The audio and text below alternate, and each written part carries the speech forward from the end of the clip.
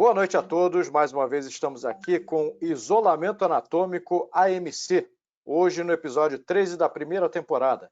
E hoje teremos a grande satisfação de receber aqui o professor Rodrigo Mota Pacheco Fernandes, do Departamento de Morfologia da Universidade Federal Fluminense, que vai conversar conosco sobre anatomia e biomecânica do quadril. Boa noite, professor Rodrigo. Boa noite, professor Cavazói. Boa noite, Pedro, Igor. Demais alunos aí, queridos alunos, prazer em estar mais uma vez aqui com vocês. Vamos falar um pouquinho sobre a anatomia do quadril aplicada. Então, assim, em relação à anatomia, à terminologia anatômica, o quadril, ele é uma articulação de artrose, né, uma articulação sinovial, é uma articulação do tipo esferoide. Bom, então o que caracteriza a articulação do quadril? A articulação do quadril, na verdade, é um complexo articular, na verdade, compõe não só todo o anel pélvico, a articulação sacroiliaca, a articulação da síntese púbica, mas assim, quando a gente, na terminologia anatômica, a gente aceita como sinônimo ao quadril a articulação coxo-femoral, tá? Ou femoroacetabular. Então a gente aceita como essa ser a articulação mais importante, mais relevante em termos de movimento das articulações que compõem a região do quadril, tá? Então o quadril ele representa um grande complexo articular, porque obviamente você vai ver depois que em situações de marcha a gente tem movimento na sacroiliaca, a gente tem oscilação pélvica, a gente tem demanda sobre a síntese púbica, mas a grande responsável pelo arco de movimento, pelo movimento do que a gente vai ter em relação ao membro inferior, vai ser a articulação femoroacetabular ou coxo-femoral. A articulação, então, você vê na face pélvica, na face externa, desculpa, na face glútea do osso do quadril, onde você vê aqui a projeção do acetábulo. Esse acetábulo é inclinado no sentido anterior e inferior, então ele possui uma maior cobertura posterior, uma maior cobertura superior, né? E ele tem uma menor cobertura na parte anterior e inferior. Tá? Então, ele, vamos botar assim, ele vai estar virado, voltado para baixo e para frente, é a posição dele. Essa posição é mais ou menos de 20 graus de inclinação, no sentido em relação ao plano sagital, e o fêmur também tem uma antiversão de 15 a 20 graus, né, em relação ao plano coronal. Tá? Então, o fêmur é voltado anteriormente e o acetábulo também é voltado anteriormente, te dando aqui uma maior amplitude, né, possível, né, de rotação interna, rotação medial, e aqui uma menor amplitude, porque vai ter um impacto, né, entre o colo posterior e o acetábulo posterior na rotação lateral. Tá? Então, essa é a posição do quadril, é a posição mecânica e fisiológica dele. Tá? Na parte aqui, numa vista de frente, o ângulo entre uma linha traçada no contorno do ilíaco e uma linha traçada no rebordo superior do acetábulo tem um ângulo de 35 graus em média. Tá? Esse ângulo de 35 graus, esse ângulo é chamado de center edge, né, o centro-borda. Esse centro-borda ele é um ângulo importantíssimo, a gente vai ver daqui a pouquinho.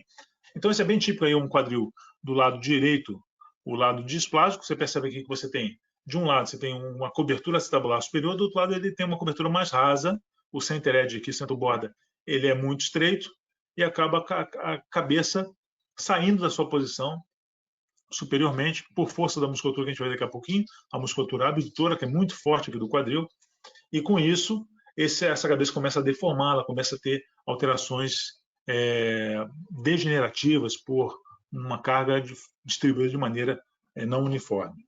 Bom, na anatomia femoral, então, a gente já viu a inclinação de 20 graus para frente do acetábulo, a inclinação 35 do teto do acetábulo, da sua borda superior. No fêmur proximal, o que a gente observa aqui? Lembrando os acidentes, cabeça femoral, colo, trocante é maior, visto de frente. Percebe que a inclinação, que a gente já falou no slide anterior, ele é do colo do fêmur voltado para frente, 15 a 20 graus. A gente chama isso de ângulo de antiversão femoral. Tá? Aqui eu tenho trocante é maior, trocante é menor, a linha intertrocantérica, atrás vou ter a crista intertrocantérica, o colo femoral é a cabeça aqui. Então esse pino aqui está marcando aqui o eixo do colo femoral, que é mais ou menos de 130 graus com a diáfise. A gente vai ver bem depois disso a importância mecânica disso. Outro ponto interessante que eu vou chamar a atenção é que a altura do trocante em relação à cabeça do fêmur. Normalmente o trocante, o ápice do trocante, ele encontra aqui, se você traçar uma linha horizontal por ele normalmente passa próximo ao centro da cabeça femoral, ao centro do quadril. Tá? Isso vai ser um ponto muito importante para a gente falar daqui a pouquinho sobre biomecânica dos músculos abdutores, tá? Então, essa linha horizontal tem que passar pelo centro da cabeça e tangencia o trocante maior. Nessa foto aqui, não está aparecendo essa imagem tão fidedigna, porque, na verdade, esse fêmur está reto aqui embaixo, né? Mas o fêmur tem um valgo de 7 graus para cá. Então, a inclinação dessa diáfise não é reta para cá. A inclinação dessa diáfise é reta no outro sentido. Muito bem. Em algumas situações, você tem essas angulações alteradas, né? Então, quando normalmente você tem angulação normal de antiversão, está aqui, olha, a antiversão, essa posição, os côndilos femorais estão alinhados, e se a tíbia estiver reta, que a gente espera que esteja reta nesse momento aqui, a gente não vai analisar nada em relação do joelho para baixo, mas nessa situação que eu tenho côndilo alinhado, e essa situação aqui do fêmur voltado 15 graus para o anterior, a antiversão normal, o pé está reto para frente. Se essa antiversão começa a aumentar aqui, essa antiversão, o pé que ele faz? Ele acompanha e roda internamente. Por quê? Imagina o seguinte, eu aumentei essa antiversão. Esse ponto vermelho aqui é o ponto de equilíbrio, o ponto de equilíbrio entre os músculos rotadores mediais e laterais. Se eu rodei 20 graus a mais, passando para 35 graus aqui de antiversão, o eixo aqui, ó, de equilíbrio, ponto de equilíbrio dos músculos rotadores, é nesse ponto vermelho. Só que o eixo de equilíbrio da estrutura capsular do quadril, do acetábulo, é nesse ponto vermelho. Então, qual a tendência? Quando esse fêmur está rodado, esses dois pontos tendem a se encontrar. E o pé adota essa posição aqui de rotação interna. Tá? Isso pode ser até fisiológico em alguns momentos da vida. Então, muitas vezes a mãe chega para você com a criança e fala assim, meu filho anda com o pezinho rodado para dentro. Né? A gente chama de marcha em toe-in. Toe é dedos para dentro, né? Dedos do pé para dentro. Meu filho anda com o pezinho rodado para dentro. Né? A gente explica que essa situação ela pode ser evolutiva, normalmente em torno dos 8, 9 anos isso tende a se equilibrar, mas é uma posição que o quadril se encontrou ali de conforto, um equilíbrio muscular e capsular, e um fêmur que é rodado em antiversão de 35 graus. Tá? Então, normalmente a gente acompanha. Obviamente, se essa rotação ela for exagerada, ela for desconfortável esteticamente ou funcionalmente, a criança que tropeça com muita frequência, que cai porque faz impacto de um pé contra o outro, um joelho contra o outro, a gente faz uma cirurgia de osteotomia, uma cirurgia que corrige, corta o fêmur, roda lateralmente os 10 ou 20 graus aí que precisa para tornar esse ângulo mais congruente. Bom, isso aqui são algumas alterações de formação. O quadril tem além da displasia do quadril em relação ao formato do acetábulo, o fêmur também pode ter uma malformação, tem uma doença chamada deficiência femoral focal proximal, tá? Que alguns chamam também de deficiência femoral congênita, que é o nome que eu acho mais interessante, onde você tem falhas de ossificação, onde aqui você tem aqui uma falha de ossificação na região do colo, na região subtrocantérica, não formação da parte superior do fêmur, parte proximal do fêmur, até formação só de um côndilozinho femoral pequeno. Então, obviamente, são situações onde você tem uma diferença de tamanho, de comprimento muito grande, né, do membro, e você tem, obviamente, um quadril mal formado, até com alterações até não só do fêmur, mas também do próprio acetábulo. Tá? São algumas alterações aqui importantes, são quase deformidades muito graves. Né? Aqui você vê que só tem o côndilo femoral, um tipo muito grave, só um pedacinho do fêmur, não tem nada do corpo do fêmur, e diferenças que chegam a mais de 20 centímetros. Aqui você vê uma outra criança que tem uma deficiência, aqui, olha, aqui é a tíbia, aqui é o joelho, o fêmur está aqui, não tem cabeça, aqui é um fêmurzinho em ponta de lápis, tá vendo?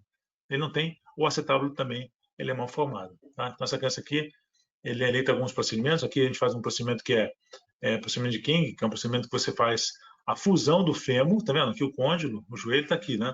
Faz a fusão do fêmur com o ilíaco, aqui, faz a fusão, uma artrodese, que a gente chama isso, tá? Quando a gente cola uma articulação, e o joelho passa a se tornar aqui a articulação do quadril, tá?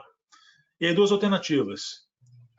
Aquele sendo a articulação do quadril, você tem que rodar 180 graus, então o pé tem que virar para trás, tá vendo? Nessa posição aqui, olha, para poder servir como joelho, e aqui para poder fazer a flexão do joelho, fazer a flexão do quadril e poder sentar, né?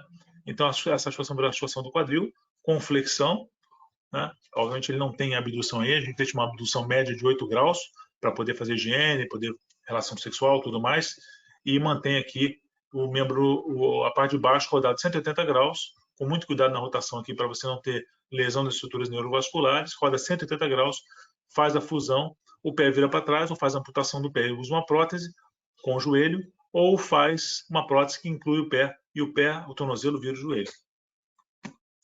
Aí a resto do procedimento. Então, essa é a região que a gente comentou, o cálculo femoral, né? Mostrando aqui, olha, a região do cálculo femoral, que é essa placa densa de osso, sistema posterior-medial de ápice femoral, não, é uma placa muito densa, que inclui o pequeno trocânter, tá? Toda essa placa aqui chama cálculo femoral, que se irradia lateralmente em direção ao trocânter maior. Ela vai ter lateralmente até o trocânter maior, reforçando o trocânter maior. Outro dado muito interessante é esse trabeculado. O fêmur proximal é um osso esponjoso, né? E ele só tem resistência porque, obviamente, tem as suas trabecas organizadas nessa organização em trabéculas de tração e compressão. Nisso, sim, o Ward ele fez uma descrição de uma região fragilizada, que é essa região aqui, a gente chama de trígono de Ward, né? Que em densitometria e em outras avaliações radiológicas a gente avalia exatamente esse espaço como referência, porque ele é sempre avaliado aqui, ele é sempre presente, tá vendo? Então eu avalio sempre o trígono de Ward como uma referência na densitometria óssea, no estudo de densidade óssea radiológico. E essa classificação que está vendo aqui, grau 1 até o grau 6, chama classificação de SING, tá? Onde SING escreveu o seguinte, olha, dessa etapa até essa etapa aqui, os 6 e os 5 são considerados ossos normais, ou dentro da faixa de normalidade, o 4 e o 3, osteopenia, sendo que o 3 para baixo já tende a osteoporose, ou seja, do 3 em diante, o risco iminente de fratura, porque eu tenho perda dessa trabécula de tração, de compressão secundária, o que fragiliza muito o colo na sua parte superior. Quando a carga incide aqui, a tensão sobre essa região é muito grande e ele acaba fraturando espontaneamente.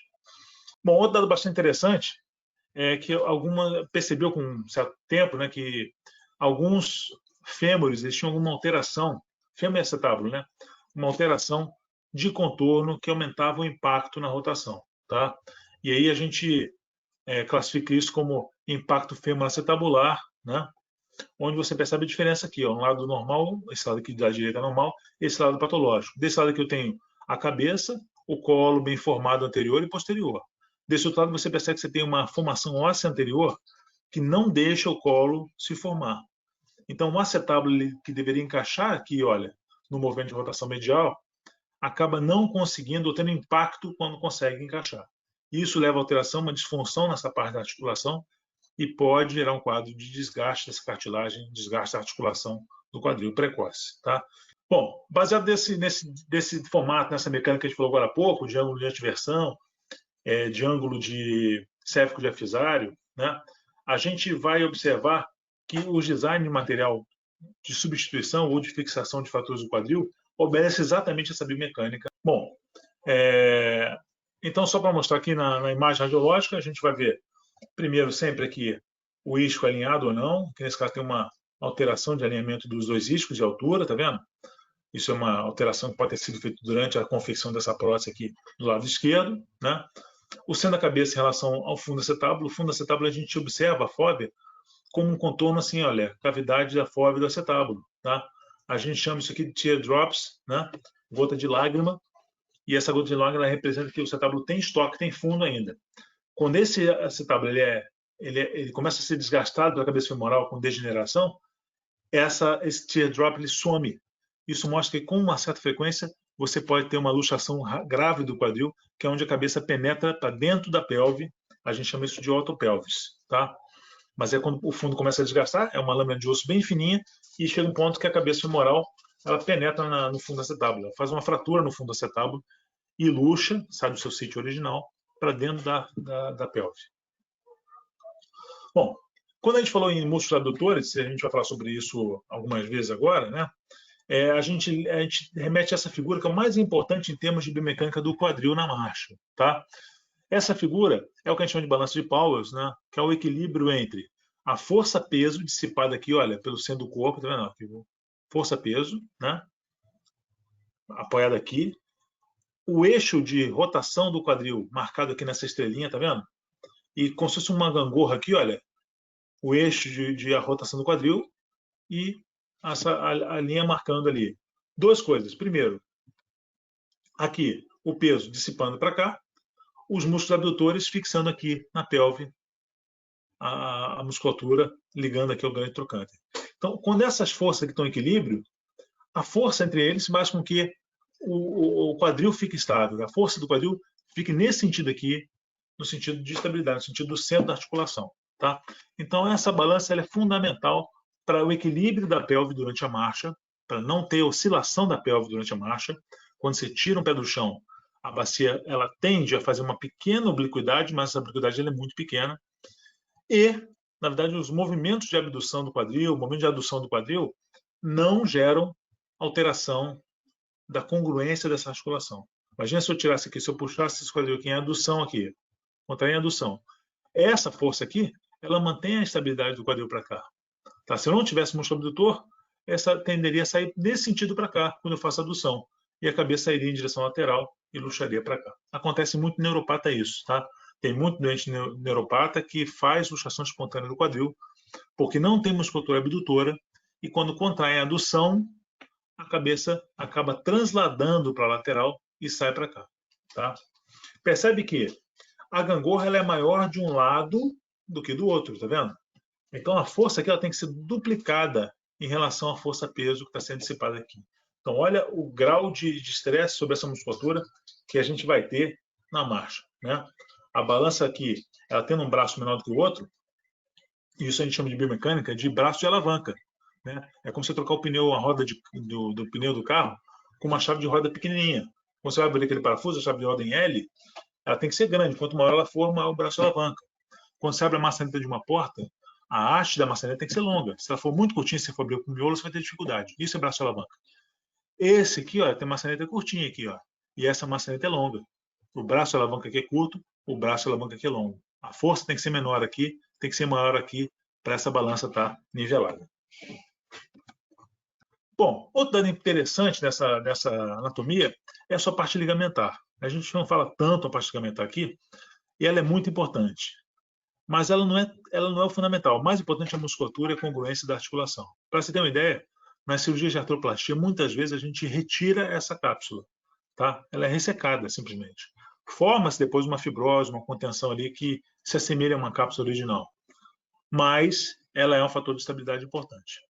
Eu tenho 3 ligamentos. O ligamento ilio-femoral, que é esse que a gente vê aqui, olha, do ilíaco para o fêmur. Tá? Ele faz esse forte em Y, aqui, tá? De Bigelow. O pulpo femoral, que vai do pubis em direção à região da linha trocantérica. E o isquio femoral, que ele é posterior, sai do isquio em direção ao trocânter maior. Tá? Lembrando que atrás a cápsula é curta, ela expõe parte aqui do colo femoral. Tá? Onde aqui você não vê colo femoral. Então o colo femoral é só exposto posteriormente. Esse ligamento aqui, o que ele faz? O Y aqui, ele restringe basicamente os movimentos de extensão do quadril, e o movimento de adução do quadril. Os outros dois, o pulpo femoral vem da frente para o fêmur e o outro isquio vem de trás para o fêmur, eles limitam as rotações medial, no caso aqui do isquio femoral, e rotação lateral, no caso do pulpo femoral. Então, quando você vai rodar lateralmente, o pulpo femoral trava ali e dá um endpoint para essa rotação. E quando você roda medial, o isquio femoral faz esse endpoint posterior na rotação. A falha disso, basicamente, é você ter a luxação do quadril. Aqui você vê o acetábulo aqui, a cabeça do fêmur luxada aqui para o posterior, tá vendo? Nesse momento aqui, você pode ter uma luxação sem nenhuma fratura, ou você pode ter luxação com fratura do acetábulo, que é muito mais comum. Esse é um exemplo muito raro, é uma luxação com o femoral anterior. Normalmente a luxação ela é posterior, o painel, o joelho que se choca contra o painel do carro, por exemplo, e a cabeça luxa em direção posterior. Mas nesse caso aqui foi um excesso de rotação medial, rotação lateral do quadril, ruptura do pulbo femoral e a luxação anterior do quadril. A cabeça do fêmur está para frente aqui do acetábulo, o acetábulo está aqui atrás. Bom, vamos falar um pouquinho sobre a musculatura, né? Bom, então é uma fáscia grande, essa região glútea, ela é coberta por uma fáscia glútea. Bom, o músculo mais superficial dessa região é o glúteo máximo, né? Ele tem a sua origem do sacro e da parte do ilíaco ali atrás, da linha glútea posterior. Ele tem a sua inserção por 2 formas. Uma forma profunda, que ele é uma inserção óssea, na tuberosidade glútea, e uma inserção no trato tibial, uma inserção mais superficial.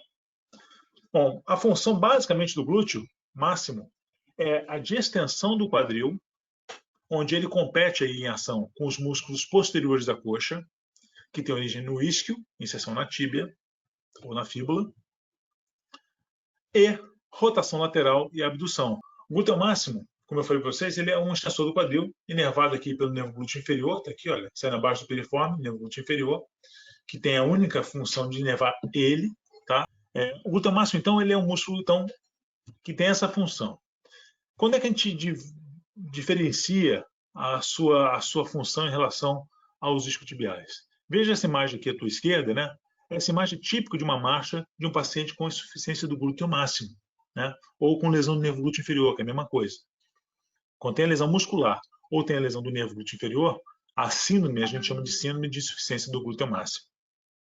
Percebe que ele adota uma posição onde o eixo de gravidade ele posterioriza. Por quê? Porque na medida que ele anda, na medida que ele está fazendo um movimento, sempre tem uma força de equilíbrio entre extensores e flexores. Então, se aqui eu perdi um extensor forte, o glúteo máximo, mesmo tendo os isquiotibiais, eu perdi o equilíbrio. E esse corpo tende a fletir, a perder estabilidade e inflexão. Então, o que ele faz? Ele joga o centro de rotação para trás, aqui o centro de rotação aqui, ó, para trás, nesse sentido aqui, tá vendo? Para fugir da articulação do quadril. Então, duas situações eu utilizo muito frequentes para avaliar a integridade funcional do glúteo máximo, né?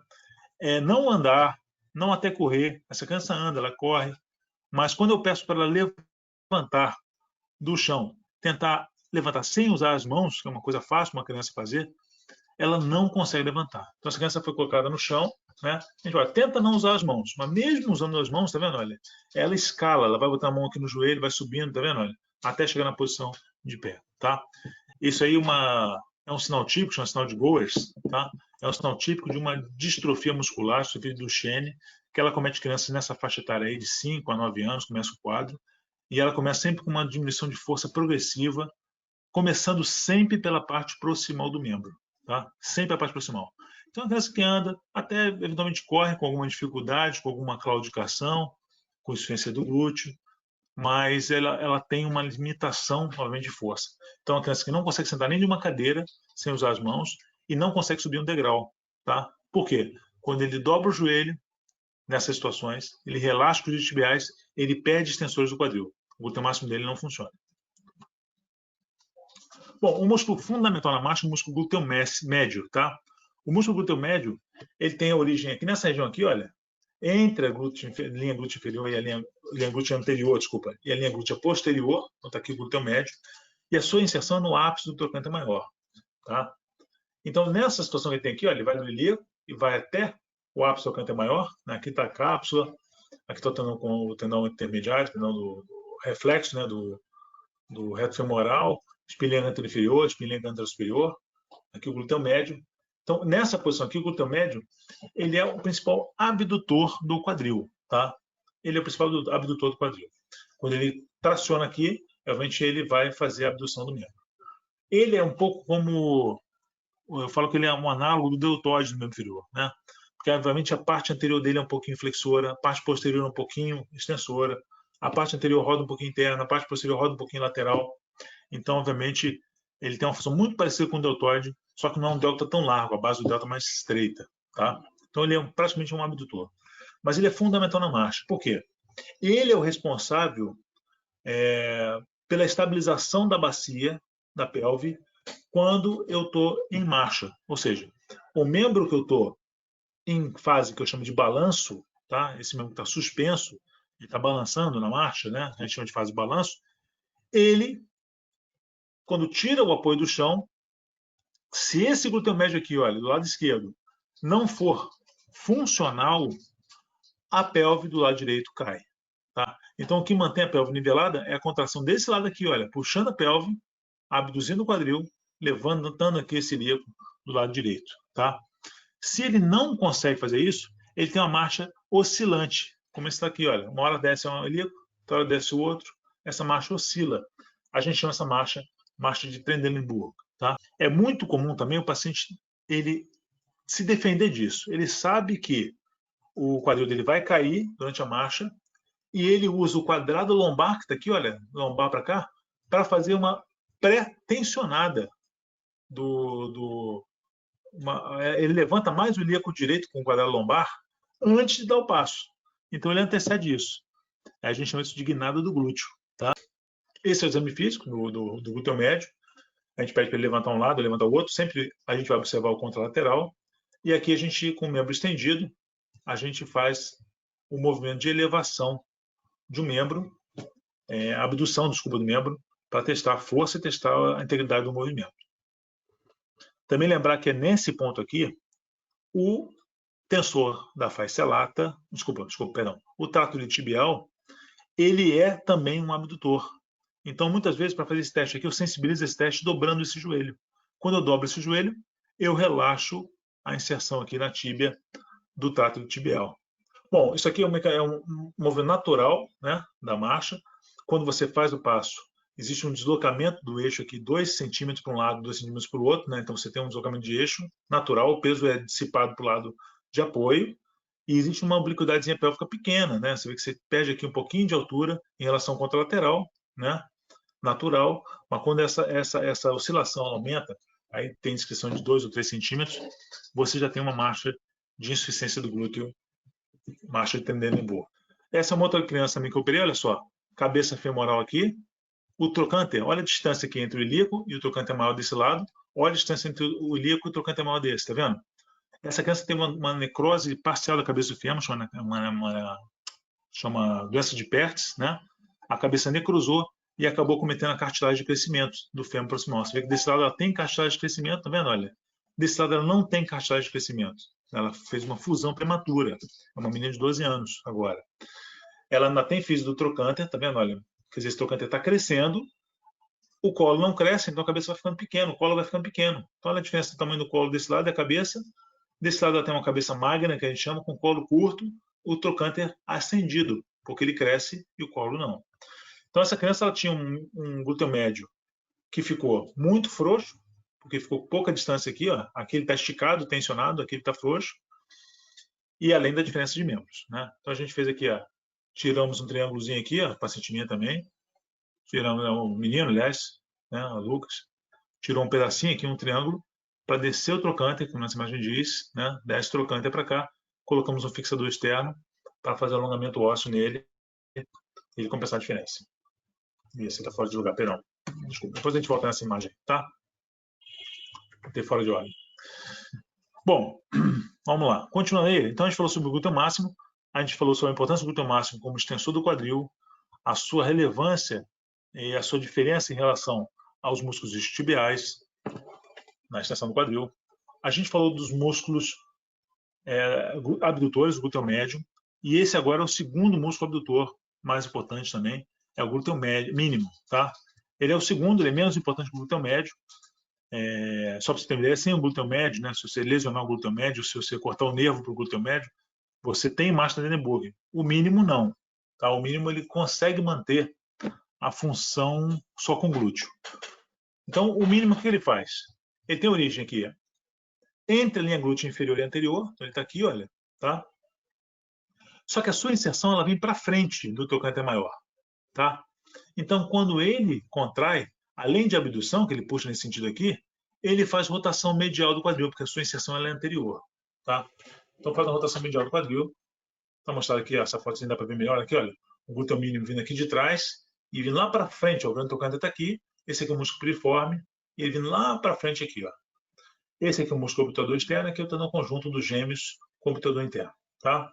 Então, esse aqui é o glúteo mínimo vindo lá para frente. Então, quando ele contrai, ele roda interno no quadril e ele também faz a abdução junto com o glúteo médio, que vai estar sobreposto a ele, só que vindo para cá, olha, bem no ápice superficial, a inserção do piriforme na sua fossa do piriforme.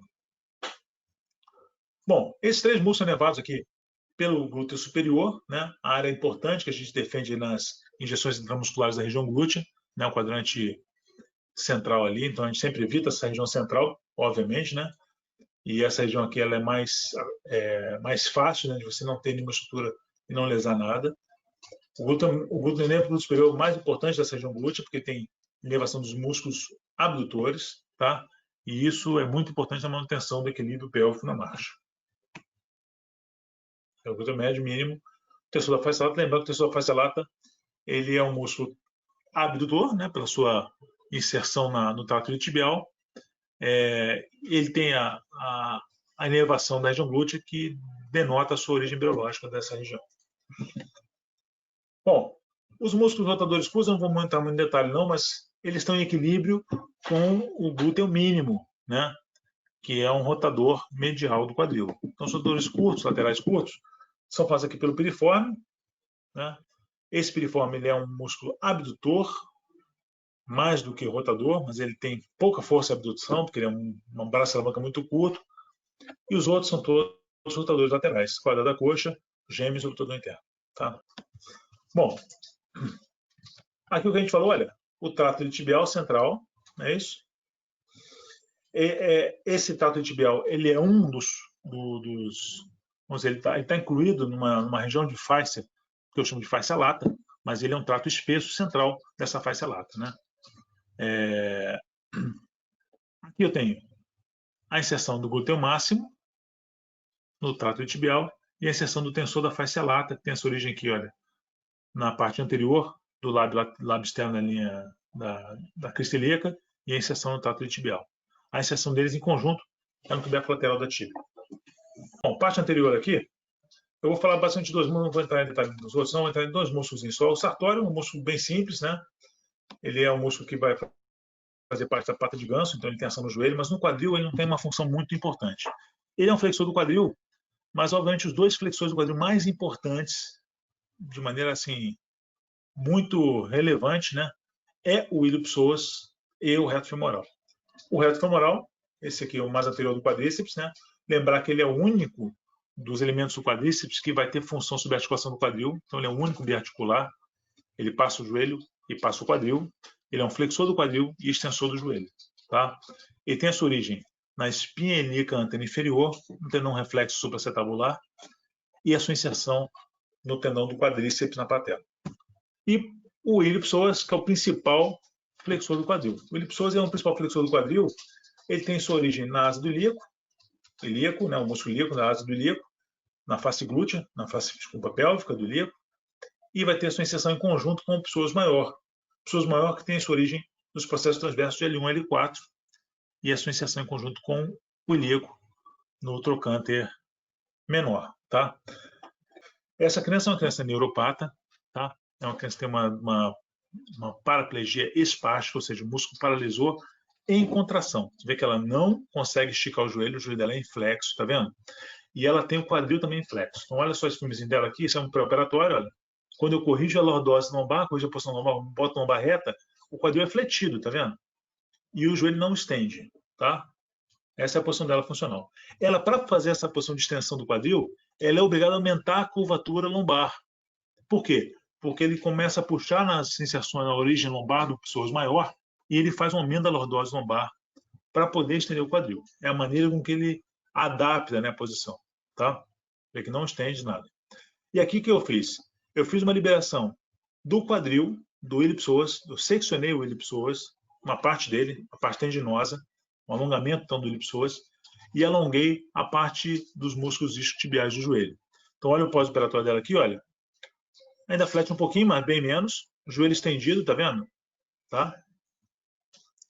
Mostrando aí o resultado do alongamento muscular. Então, obviamente, a gente tem que saber exatamente o balanço dessas musculaturas, né? Para poder trazer esse benefício para a criança. Então, a pessoa maior, flexor, lembra que ele é ou um flexor da coluna lombar ou um flexor do quadril, não é isso? Depende, flexor do tronco ou flexor do quadril. O ilíaco também. Ele flete a pelve sobre a coluna lombar, a pelve e a coluna lombar sobre o quadril ou o quadril sobre a pelve e a coluna lombar, tá? Bom, região posterior da coxa também é uma parte muito interessante, né? Essa musculatura em relação à marcha, porque essa figurinha mostra tudo. Nós temos 3 grupamentos que são biarticulares no membro inferior e são fundamentais na marcha. Um a gente já viu, o reto femoral, a gente já viu aqui, olha, reto femoral, que vai do ilíaco, passa o quadril, passa o joelho e vai para a tíbia pelo ligamento patelar. Posterior da coxa a gente tem os hamstrings, né, posterior de coxa, o jarrete, do isquio até a tíbia aqui atrás, tíbia e fíbula. E temos o gastrocnêmio que vai do fêmur, passa o joelho, passa o tornozelo e vai para o calcâneo. Então, esses 3 músculos chamados músculos biarticulares do membro inferior. Então, o que é isso? O balanço entre eles é fundamental. Se você mexe no que está errado, se você trabalha um músculo diferente, se você tem uma lesão de um músculo, você acaba tendo uma perda de função. Vou dar um exemplo bem claro disso. existe um gladiador chamado, acho que não sei se falei para você na 3, se não falei, vou repetir. Existe um gladiador chamado Yarnak, né? Yarnak, ele tinha um golpe dele que era muito comum, ficou chamado como golpe de Yarnak, a gente usa isso em biomecânica para estudar, em que ele, com a espada, ele seccionava, dava uma espadada atrás do joelho do cara e cortava os hamstrings dele. Tá? Então, o golpe dele era dar com a espada atrás do joelho da pessoa. E nesse golpe ele falava assim, olha, nesse momento, o adversário cai ao chão, em flexão dos joelhos, de joelhos, e me pede com súplica lá para ficar vivo. Isso era o que dizia lá o Yarnak. O que ele falava? Se eu secciono, se eu corto aqui os meus posteriores de coxa, o que vai acontecer? Eu perco aqui um extensor do quadril. O iliopsoas flete o quadril e ele vai ter uma flexão do quadril. Se ele flete o quadril aqui, ele obrigatoriamente tem que fletir o joelho para manter a posição. Não é isso?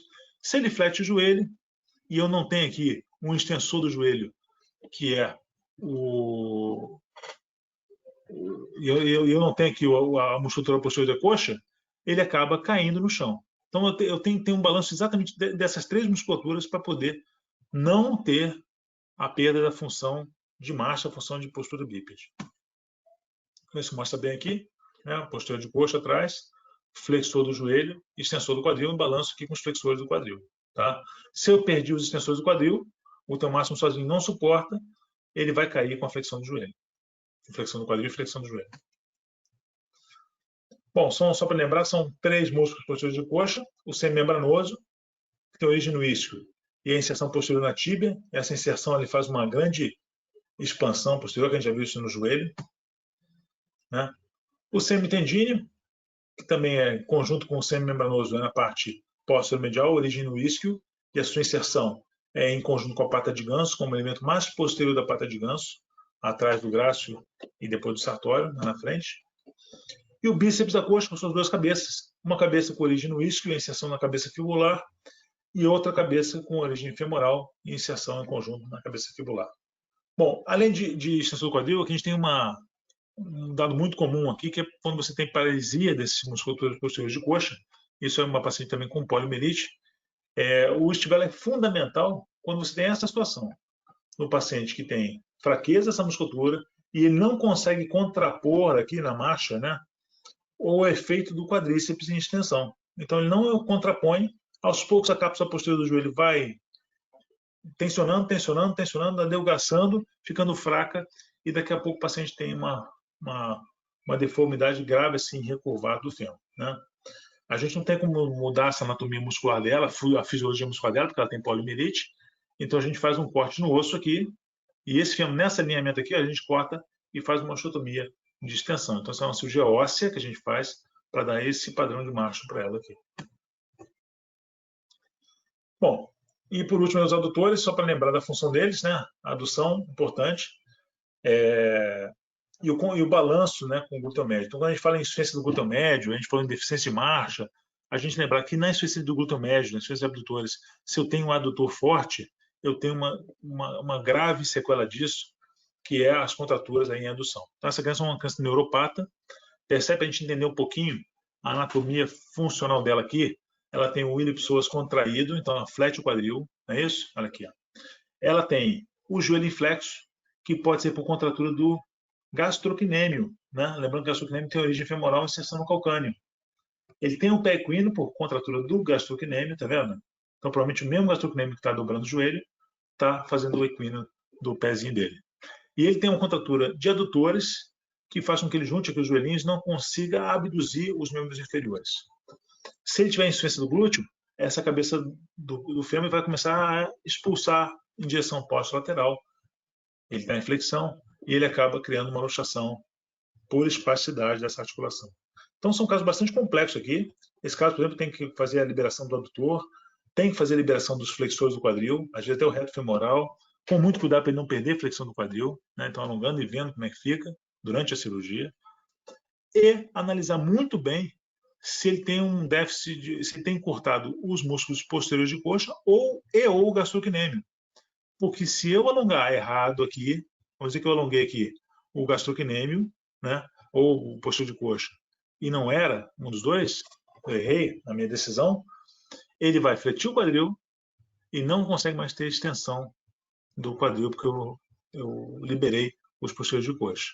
Então ele flete aqui, ele desaba e ele não anda mais. Tá? Esse fenômeno chama de crouch, desabamento, né? Quando eu alongo inadvertidamente os posteriores de coxa, quando eles não são responsáveis pelo encurtamento inflexo do joelho. Então, se eu seccionei eles aqui para alongar os tendões e não eram eles, a flexão do quadril, do quadríceps e do ilipsoas contraturado aumenta a força deformante de flexão do quadril e essa criança passa a ser um cadeirante, ela não consegue mais ficar em pé. Nessa posição que está, ela consegue andar.